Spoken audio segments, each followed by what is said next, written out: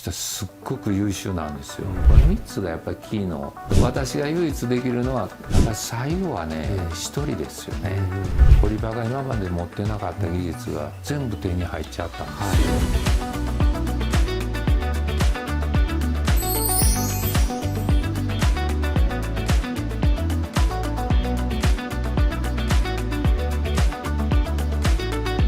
イギリスの、堀場マイラ社もお邪魔したんですけれども、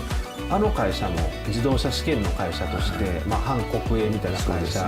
だったんですけど、絶対儲からない会社なんですよ。そうなんですよね。それをまた M&A して堀場グループに入れようっていう決断をね、堀場会長がされた。でその時役員の皆さんは反対だったんですよね。そうですね、儲からないですからね。ただ私ももともと買う気はなかったんですけども、ただ007のアストンマーチンを開発するテストコースということでいっぺん走りたいというのでずっと走って、もうすごく楽しんで帰ろうと思ったらちょっと研究棟を見てほしいということで500人ぐらい研究者がいるんですけど、その何人かをインタビューしたんですね。そしたらすっごく優秀なんですよ。こんな優秀な人間500人もこの値段で買えるなら絶対買っとこうと、儲からないけど、これアウトレット行ってね、超一流のブランドのコートがね、普段その100万ぐらいするのが10万ぐらいで買えるってなったら買っちゃうじゃないですか。それに近いんですよ。なるほど。買う気全然なかったのに、あまりにもいいものが手に入るんで買っときたい。で実際儲からなかったんですね、買っても。でも彼らの持ってる技術がほんまもんで、バッテリーとか自動運転、いわゆるそういった試験設備エンジニアリングという堀場が今まで持ってなかった技術が全部手に入っちゃったんですよ。彼らがほんまもんの研究者、ほんまもんの技術を持ってるから、その商売というよりそれに惚れて買収したっていうのがあって、もともとうちの祖父も京大の理学部の教授したり、父もどっちかというと原子核物理を研究したりで、何かそういうほんまもんの技術に対してはすごい価値観を持てるような流れがうちの会社の中にも私にもあって、次にフュエルカンというドイツの燃料電池とか水素発生装置の会社を買ったんですけど、これも儲からないの分かってたんですけども、それが今一番大切な、まるで昔から持ってるかのような顔してるんですけど、実はもう4、5年前にはなかった技術なんですけど、それもでも多分熊本の工場もそうやったし、その堀場マイラの件もそうですけど、今堀場さんがおっしゃってるの全部人の話してはるんですよ。なるほどね。だから技術は技術やけど、それを持ってるのは人だ。人ですね。ですから買収するタイミングも、買収するタイミングが遅いと、いい人が先抜けていくんですね。だから買うなら早く買わないとダメなんですね。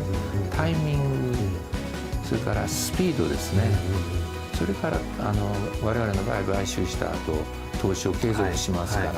これ継続ですね。この3つがやっぱりキーのことだと思います。その買収した金額と同じ金額をその買収した会社に投資するっていつもおっしゃってますけど、そうです。だから買収した時に決心しちゃうんですよ。そうでないともうそれがいいか悪いかじゃなくて、そこまではもう投入していくと、もう目つぶって、でその代わりそこで成果にならなかったら諦めると、っていうのは神さんしか分からへんわけですよ。神さんしかそんなもんどうなるか。ということは、私が唯一できるのは投資を継続することだけはできるわけですよ。結果は神さんしか分かんない。それが多分堀場の場合はできてるんだと思うんです。京都企業の DNA っていう意味ではやっぱりオーナーシップっていうのがよく京都企業として語られるとこですけれども、京都のオーナーシップ持っている会社の経営者の方はやっぱり一人でポーンと海外行ってビジネスまとめて帰ってこられるっていう経営者多いですよね。そうですね、大体そういうタイプですね。大体ゾロゾロ行くっていうのはほとんどダメですね。だから日本の会社かなりやっぱり失敗してるじゃないですか。やっぱり最後はね、一人ですよね、全て。その M&A の決断なんかにしてもやっぱりこう合議制でもちろん役員の皆さんはじめいろんな社員の皆さんの意見はお聞きになるんだと思うんですけれども、最後はオーナーシップでバシッと決断すると、はい、でその辺ですよね。結局ね、経営者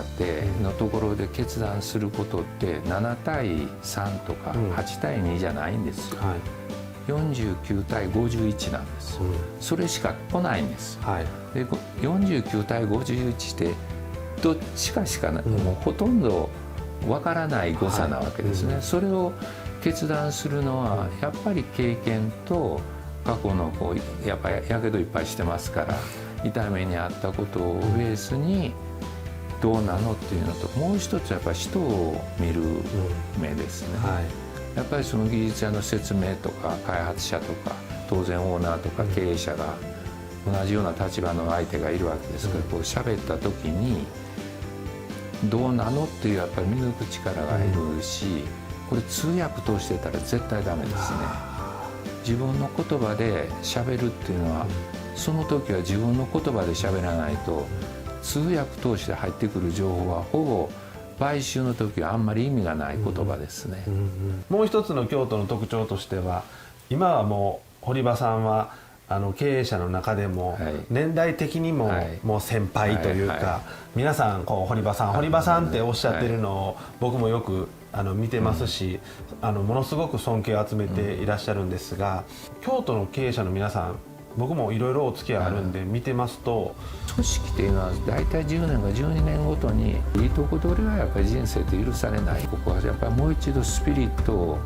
構築し直さないと。オールフォー京都最後までご覧いただきありがとうございました。チャンネル登録とグッドボタンよろしくお願いいたします。